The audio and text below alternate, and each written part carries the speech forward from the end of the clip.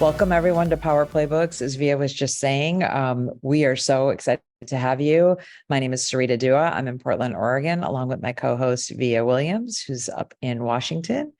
We bring these to you every Wednesday at noon Pacific time, and our goal is to deliver valuable content that you can take action on and execute today, and with a key variety of speakers that all have something in common. They're rock stars in their own right, and they're givers and sharers. We're so grateful to have them in our community. And with that, I'm going to kick it over to Via, who's going to introduce our topic and our speakers. Yeah. So we try to keep this super relevant. And one of the trends right now, I was just on a 45-minute call this morning with a team leader about it, is owning your own leads and not being reliant on third parties and creating content, using your valuable time and money to bring leads into your database that you own for life. There's no referral fees attached to them. They're yours, right? And one of the most effective ways to do that is with media. And I think for a lot of radio, television, video can be really intimidating. It sounds expensive. And by the way, spoiler alert, it can be. But other spoiler alert, it's not necessarily. It may not be what you think.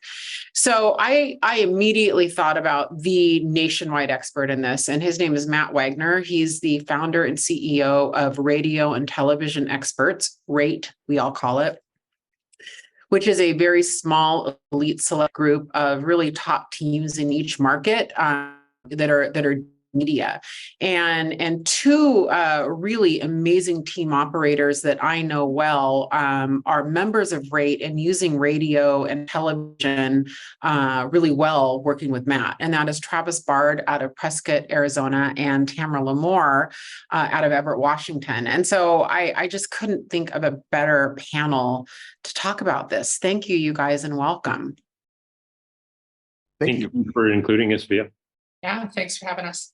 So thank you for being here. And I'll let Sarita jump in, but I think a good place to start would be to walk them through. We all collectively decided there's 6 major critical strategies that people need to use if they're going to do, right? If they're going to do media and spend money on it.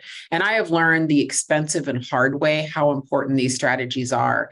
Matt, what would you say is the number one strategy to, embarking on this journey, considering radio and video and television? And spoiler alert, it has nothing to do with radio, television, and video. Well, I'll quote one of the authorities I consider of radio. You've got someone who oversees a market, like for iHeartMedia, which is the largest media company in the world. Greg Ashlock oversees all the media markets all over the country. One of the smartest men in media I've ever met. His quote: "If you're going to throw a party, make sure your house is ready." What does that mean? It means if you're going to put out there, call me and come to me, you better make sure you've got your systems in place so that if you do get people reaching you, you're ready to handle it. And that may sound simple because say, well, I've got a receptionist, but it's not the same as it was 10 years ago. The consumer journey has changed. Understanding how consumers think, how they consume and do research, and then what triggers are important to them to take the next step. Understanding those steps are absolutely critical before you even should start any venture into marketing. So when we talk about, web presence, which is really the journey, the consumer journey, because they're, whatever media you're doing, what's the first thing they're doing is they're going to Google you, right? That's how they're going to get to you. I failed to understand. I'm just going to admit it. I started off with a bang, and we're going to talk about endorsements in a bit, but I started off, spent a lot of money and realized that I was sending them to almost at the time, a billboard in the desert. Well, I just think I'm going to just wave my hand here and say it's 12:07 and my mind's already blown with this aha of this isn't about radio or media. This is about when you say having your house ready, having your website, having your present, you're going to put the word out to call me or find me or do something with regards to reaching out to me. I've got to be ready for that. And this is no matter where you're at and where you're at with regards to your exploration phase, if you're ready for spending money or you're thinking about it, you got to clean house first. And so let's talk about exactly what that means. Via, you mentioned your Google business profile. What else? What are the other elements quickly for like point number one of getting your web presence ready that you need to make sure you cover? And if I could point to that, and because I get it all the time, people mistake and confuse their Google My Business profile with Google Local Service. Two totally different animals. Google Local Service is when you type in realtor in Spokane or wherever, and you see realtors pop up. That's one thing.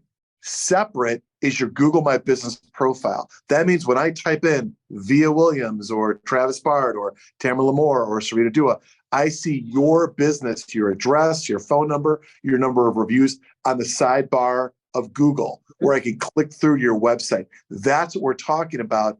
That is the single most important piece of business that gets overlooked the most. Because we're losing half of our audience because they're now Googling themselves. Come back to us. Come back. yes. So that's great. What about website, Matt? Like what are some key elements on their website? So imagine yourself as a consumer, right? I mean, you've just I think of what happens on Shark Tank, we'll get to that in a few minutes, but someone sees a product, right? They Google search it. They jump to the website. They want to see as seen on Shark Tank. They want to see what a discount is. They want to see a further explanation of what they've just seen on TV, because likely a claim has been made. In real estate, you might make a claim to get your attention. I want to see more about it. And I want to see you. I want to see the agent that I've just been hearing all these great things. So if those two elements are there, and if I want a home evaluation, or if I want to know, will you buy my house? If you can't sell it, where are details about that? I want to do my homework so that when I go there, I feel like I can get at least enough to know that I found the right place, and now I can reach out online to you. Well, you can see the screen share I just showed. And if you're driving, don't veer off the road. We'll give you a replay.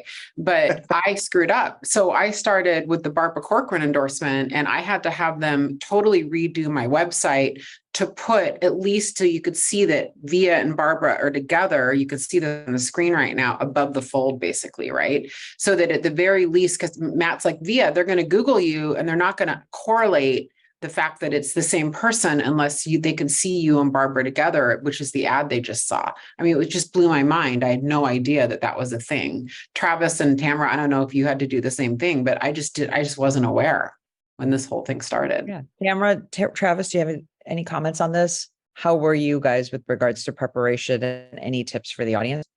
We needed work, and we're all in the real estate business. And I liken it very simply to the conversation we have with sellers when we talk to them about curb appeal.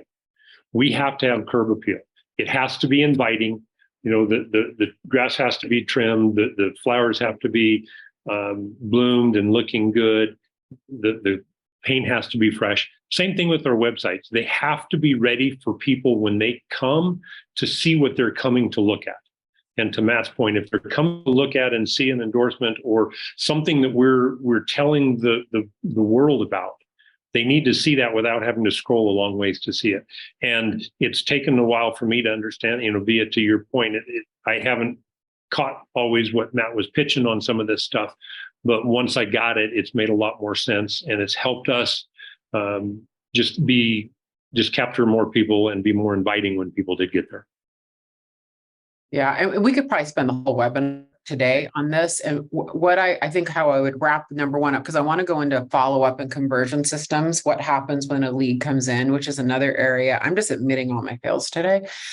Which is another area that we were not as tight as we thought we were. What I would say on number one is, to just wrap it up, is make sure your web presence is squared away. Think about the life of a lead, how it's going to come in, what they're going to see. Get on an incognito browser. Don't Google yourself when you're logged into Google.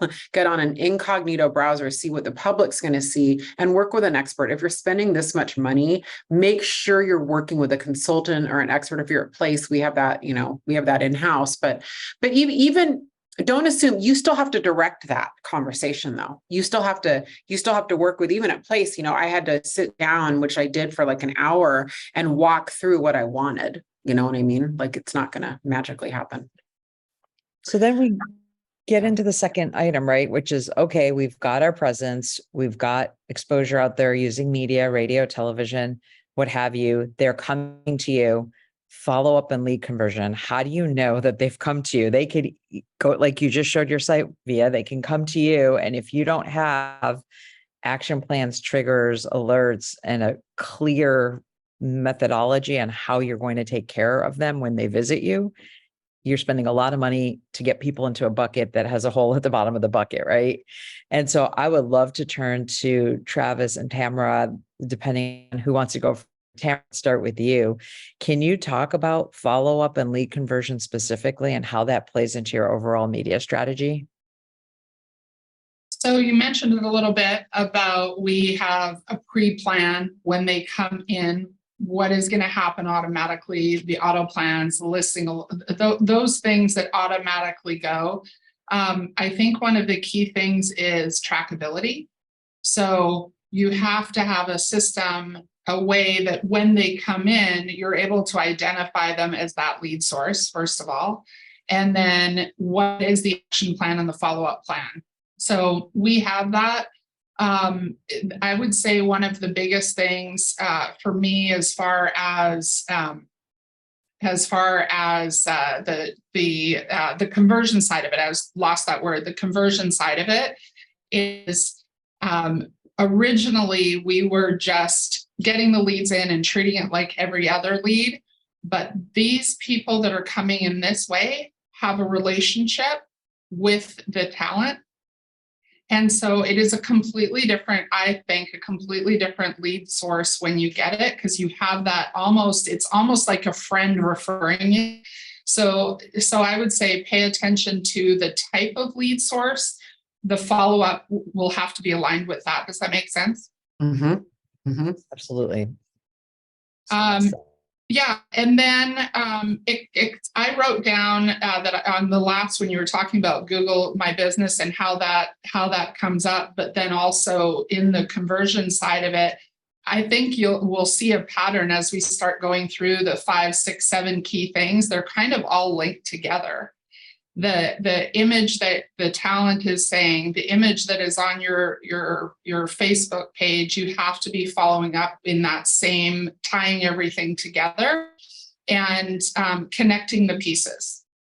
Do you know what I mean? So if you're on radio and you have talent and they're talking about that relationship, that is how you're going to be following up. Travis, you jump in and tell a couple of your specific ideas. One of the things that I want to go back to, Sarita, your comment was, how does our follow-up fit into our media strategy? And I want to flip that and say, how does media fit into our follow-up strategy?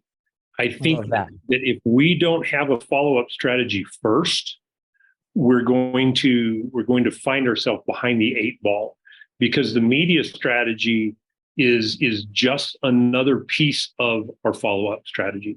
And it's the most important part of our business. We can get all kinds of people in. We can buy shiny objects. You know, we all get 5 calls a day. We can buy those.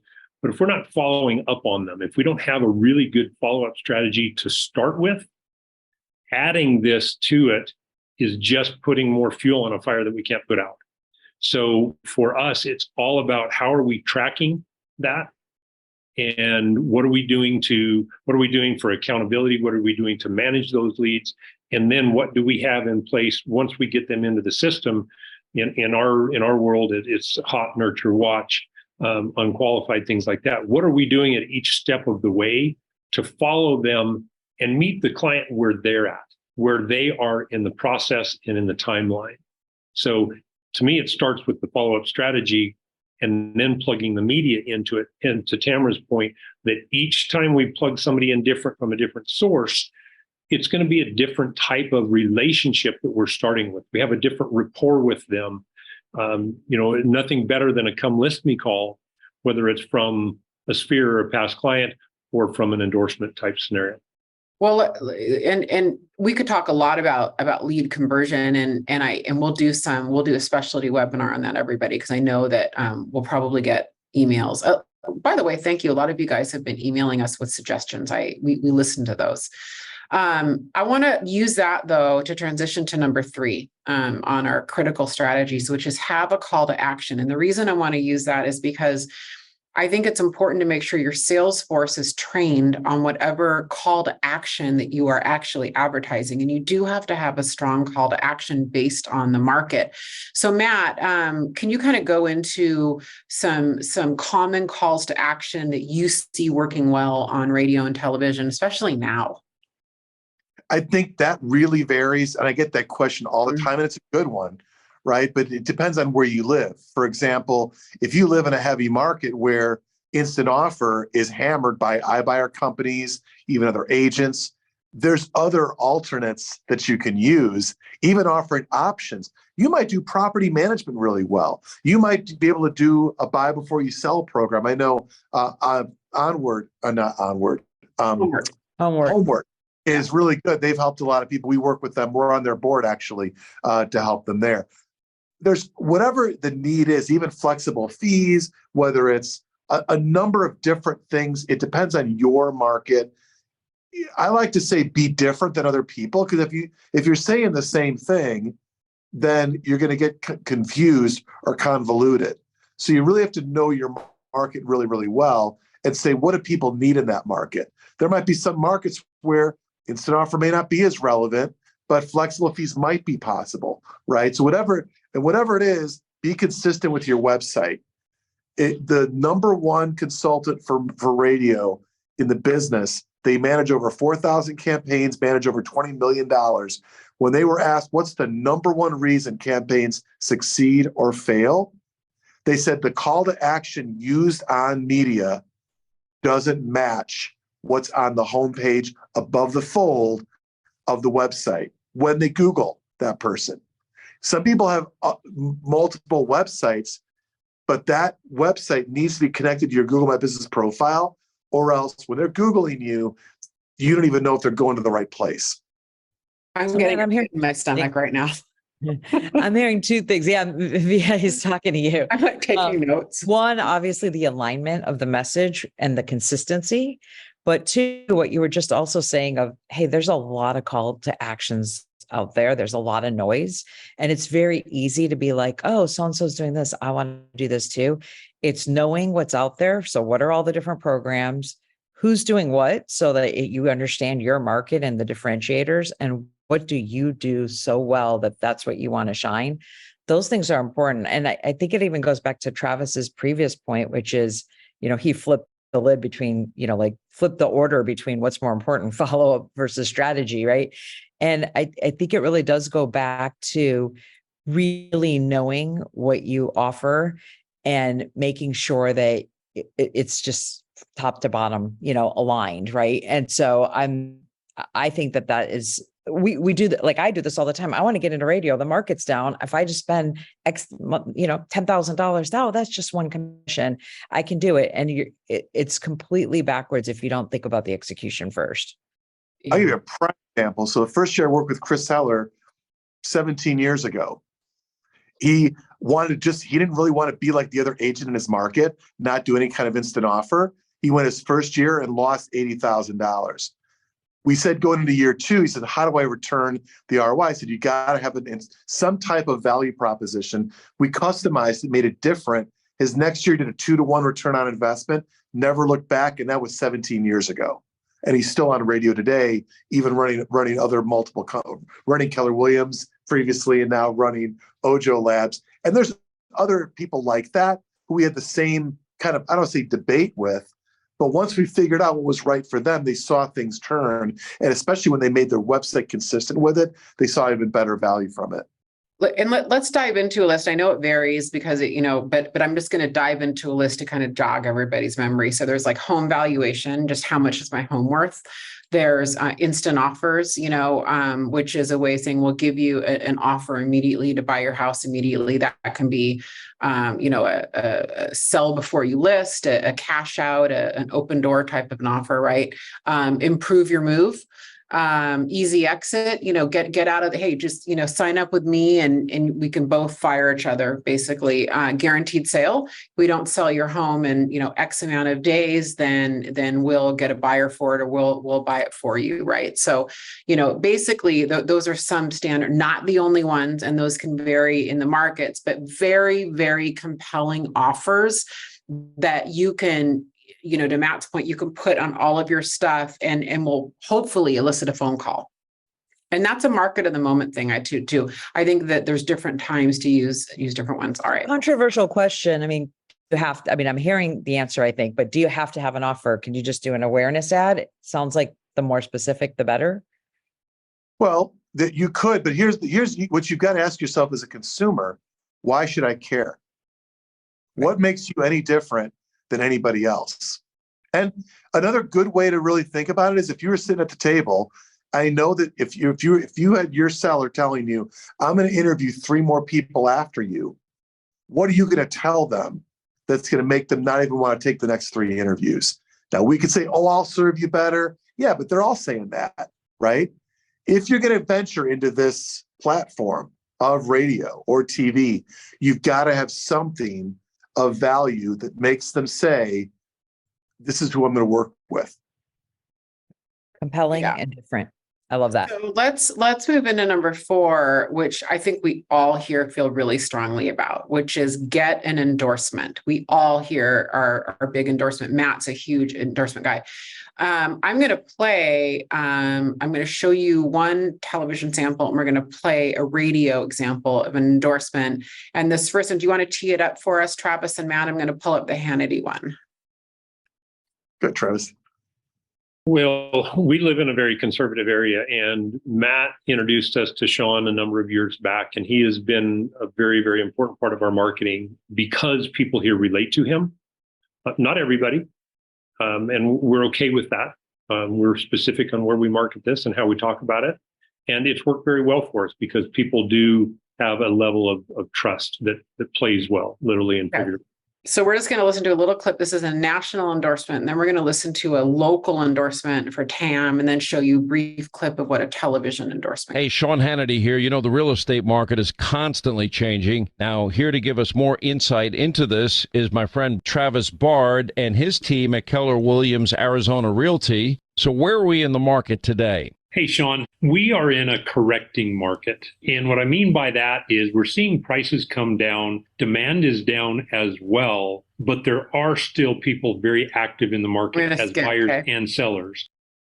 Let me just skip to the end. Maybe not. Oh, it wouldn't let me skip. Well, what was your call to action on that? Travis also you do cash buy. And options. I think that those are all either one. That's okay. I think options to people, I think, is what our push is. Let's listen to a clip of this is a local endorsement. So this is a local jock in the Seattle area for Tamara and Ben. Hi, boys and girls. Satya back here from my friend Ben Kinney of Keller Williams Realty. Looking to sell your house this year, but don't have any stinking idea who to call to be your agent. Well, I got taken care of. It's Ben Kinney, of course. Duh. He sold our house a couple years ago and did it in 5 days. 7% above list as well. The guy's got buyers lined up everywhere. And here's the cool thing about Ben. Sometimes before your house hits the market, you need to have some work done. Ben and his team can take care of all that, make the calls for you so you don't have to. They set everything up and then boom, get you into the home of your dreams on the back end. The guy has houses available for sale all over the West Coast, offices all over the country. He's also one of the most sought after tech speakers in real estate in America. He is an absolute cutting edge genius. I'm telling you, when it comes to selling homes in our area up and down the I-5 corridor, don't blow this opportunity with the market out of control. It's time to cash out. Jump on the web, Google his name, Ben Kinney, Kinney, of Keller Williams Realty tonight. So not really a huge specific call to action, more like they'll prep your house before. And let me do one more. Well, no, I heard 7% over, so many buyers, they'll prep your house. But you know what, to me, the endorsements is someone else can say all those things, because if you say it, you just sound like you're bragging. Someone else saying it about you you come in, they've already chosen you. Okay, briefly, we're not going to watch this whole thing, but we're just going to do it quick because I hate seeing myself in video, but we're going to do it. I'm Barbara Corcoran. In Seattle, the agent I trust is Vija Williams. Vija can give you flexible fees, instant cash offer, or offers an immediate buyout program. Get the option that's right for you. Go to viarealestate.com. I guess I did watch the whole thing. Sorry about that. It was only 15. That's good that was only 15 seconds that you had to see of me. So those are three examples of, so two of those were national endorsements and one of them was a local endorsement. So Matt, let's start with you. Why endorsements? Why do endorsements work? Why are they so important? Well, I mean, certainly, and we've seen people over the years that have done solo voiced ads. I think of Jeff Glover out of the box. I mean, but Jeff spent 6 figures and a lot of money to brand himself. The thing I think that we discovered, and I've been in radio for almost 30 years, is that when you do have a person talking about you, it sounds like the host of the show is your friend. That's why I'm listening. I'm listening because I'm connected to that person. So immediately you stand out before the commercials start. Because let's be real. When commercials start, what do we tend to do? Flip the channel. The beauty is when we can create a scenario where you don't know where the content ends and the commercials begin, you're more engaged, you're more likely to stick with it. But then also, as Sarita mentioned, it's enthusiasm. When you've got someone enthusiastically who I'm already connected to saying, I trust this person, I call it trust transfer. They trust that personality. Now they trust you because that person that they trust trusts you. So that really does make a difference. And of course, the national celebrity has that wow factor. Like, I'm sure Travis could comment on this. Travis, how many times has somebody said, how do you know Sean Hannity? Yeah, it happens all the time. And I actually was on a listing appointment yesterday with somebody who told me that they wrote my number down and put it on their refrigerator 2 years ago. And just that it's been there for 2 years so that when they were ready, they had it available to call. And yeah, they're always asking me, what's he like? And how do you know him? And the other thing, I think it allows you to have less frequency, which obviously if you don't have to have as much frequency, you can get more for less. And I think that's ultimately where you can save more money versus having to spend so much money on self-voicing for people to finally understand. And let's face it, you stand out. I mean, you stand out from all the other ads. They don't have that. And that's one of the beauties of it. People can't copy that. And I would say, sorry. Good. No, I want you to talk about it because I was going to say, even with like a local talent, often we get to the client's house and they want to know, how do you know Softy? Tell me about Softy. You know, he's kind of a local celebrity in our neck of the woods. So a lot of the times it does bring that connectivity. And the other thing I was going to say, the piece that you played for us is one of the longer ones. We do have shorter ones, the home valuation. And when Softy adds in personal of they sold my house for over 7% or in 5 days, and he adds in go to the website, get your home valuation. That is one of our top ads that we get responses from. But the number one that we get responses from is when I do a live interview with him and he's asking me questions about the current market. Everybody wants to know about the current market. That is probably the highest call to action that we do. Oh, I love that. That's really good to know.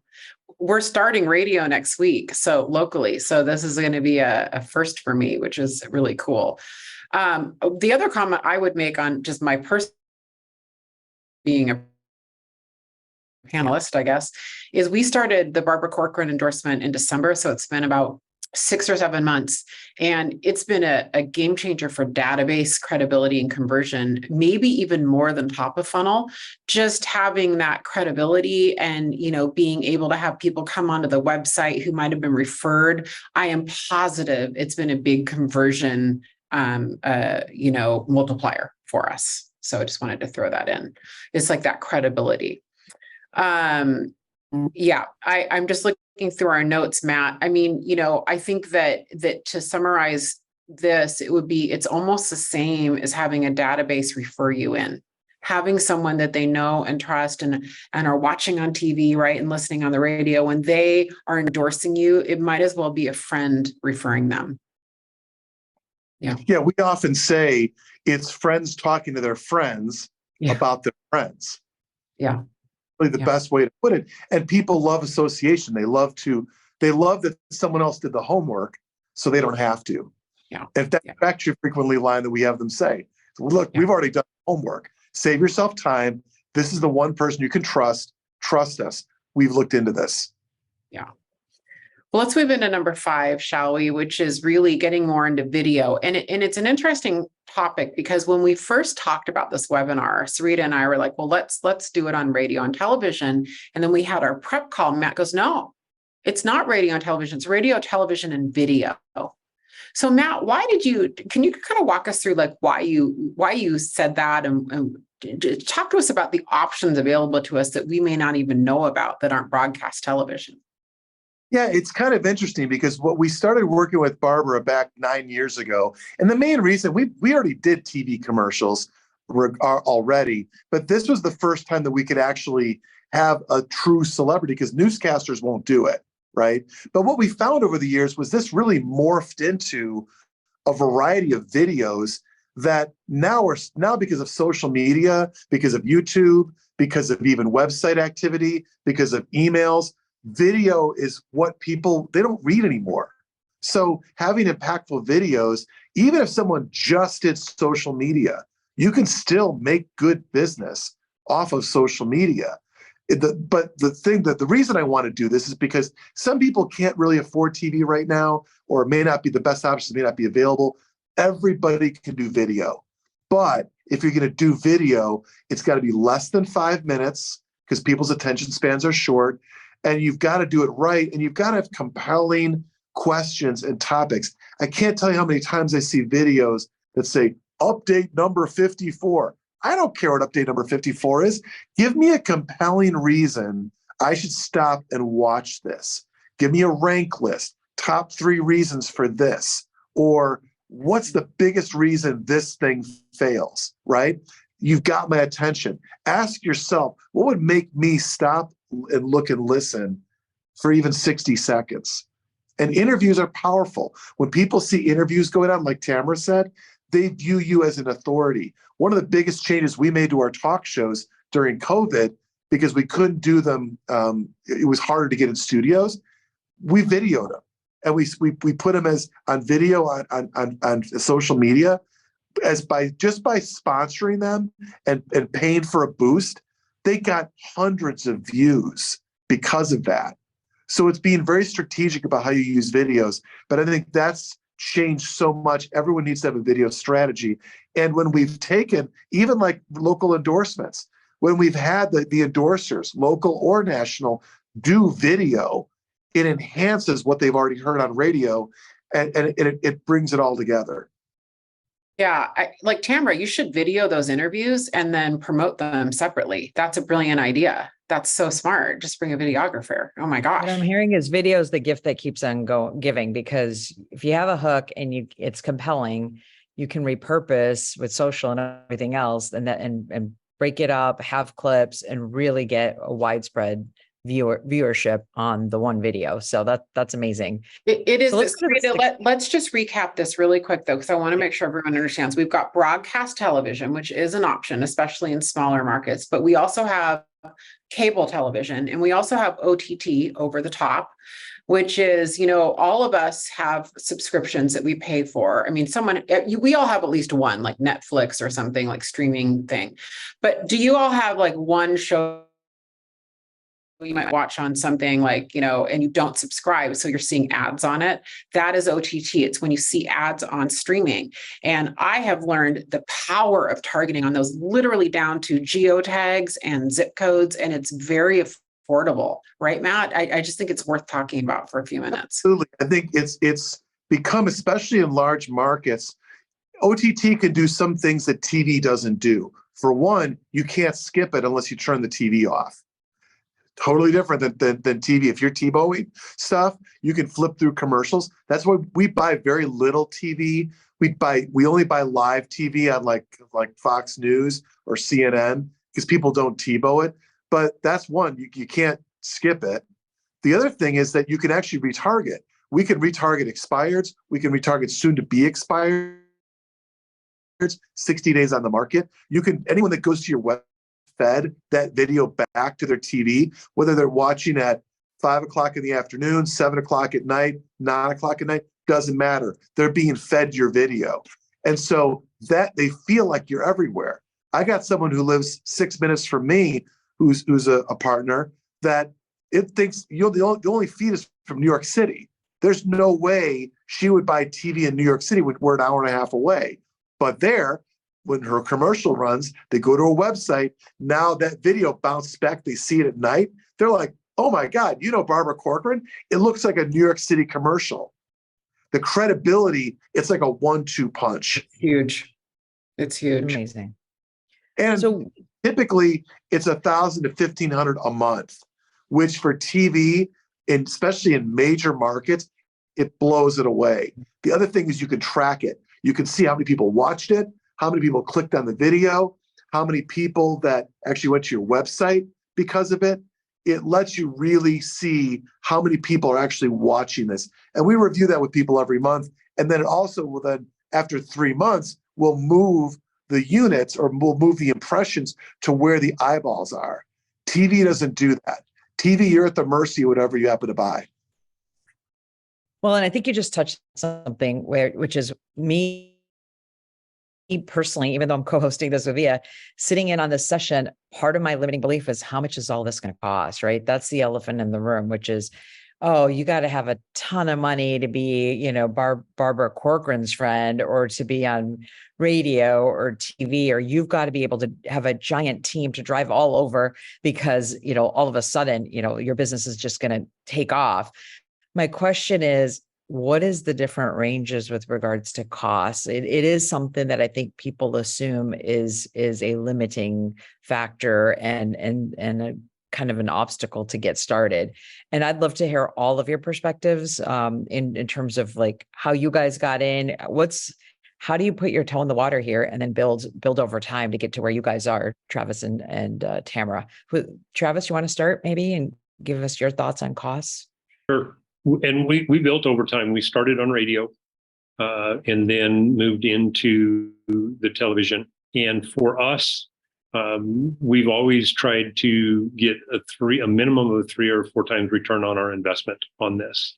And the range, depending on, and it's varied months and availability of TV and some things like that, but our range has been from usually in the mid threes, so from $3,500 to $4,500 a month is what we spend. But again, we're tracking our return on that, and we want a 3 to 4 time return on that investment. And we could do one or the other. We could do OTT for $1,500 a month. We can do radio alone for about $1,500 a month. So we could segment it differently if we chose to. And what size is your market, Travis, to give context on that? What size is Prescott? The radio market area here is about 140,000, 130 to 140,000. And the OTT market is probably 80 to 100. Okay.